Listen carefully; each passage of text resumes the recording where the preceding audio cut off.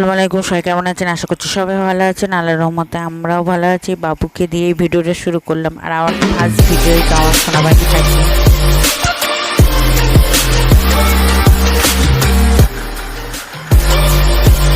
আর বাঙালি দিদি সবচেয়ে জনপ্রিয় খাবার হচ্ছে এঁচোড় চিংড়ি। তো গাছের থেকে এঁচোড় কেটে আল্লাহ আনা হলো, আর এই দেখ আমার শাশুড়ি মা কাটতে গিয়ে বটিতে। আর এঁচোড়ের তো আটা বিশাল, মানে আটা মানে শেষই নেই।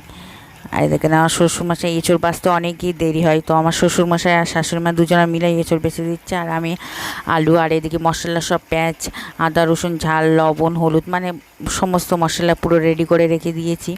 উনুনে আমি কড়া চাপিয়ে দিয়েছি, কড়াটা গরম হয়ে গেছে, তেল দিয়ে দিয়েছি, তেলটা গরম হয়ে গেছে, পেঁয়াজ কুচি একটা বড় সাইজের পেঁয়াজ কুচি রেখেছি, সেগুলো দিয়ে লাল লাল হয়ে গেলে আদা রসুন আর শুকনো ঝাল বাটা, আমি বাটা মশলা ইউজ করি, আর চিংড়ি মাছ সেগুলো দিয়ে ভালো করে কষিয়ে নিচ্ছি। কষানো আমার শেষ, লবণ হলুদ দিয়ে আবার কষিয়ে নিচ্ছি। চিংড়ি মাছটা দেওয়ার পরে এবারে গোটা গোটা করে আলু আর এঁচোড় বেছে রেখেছি সেইগুলো আমি দিয়ে ভালো করে কষাতে থাকবো। আর এঁচোড় চিংড়ি তো বিয়েবাড়ি অনুষ্ঠানে আর ঝালের এই রঙের কালারের জন্য আমি গুঁড়ো ঝাল ইউজ করলাম কাশ্মীরি।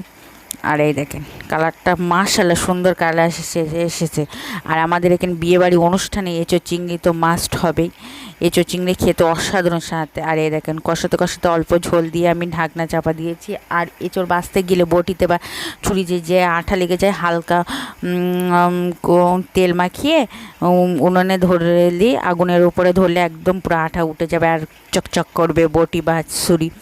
আর একদম কষাতে কষাতে দেখেন আমার এই এঁচোড়ও গলে গিয়েছে, আলুও গলে গিয়েছে একদম। অনেকে সেদ্ধ করে নেয় এঁচোড়, কিন্তু আমি সেদ্ধ করি না, সেদ্ধ করলে অতটা টেস্ট লাগবে না। কষিয়ে মানে রান্না করতে এবার ঝোল দিয়ে দিয়েছি একদম পরিমাণ মতন।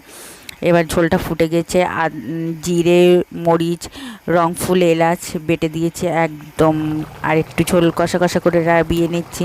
তো ভিডিওটা যেই পর্যন্ত, সবাই ভালো থাকবেন সুস্থ থাকবেন, আজ বোলাকের সাথে থাকবেন, আমাদের জন্য দোয়া করবেন।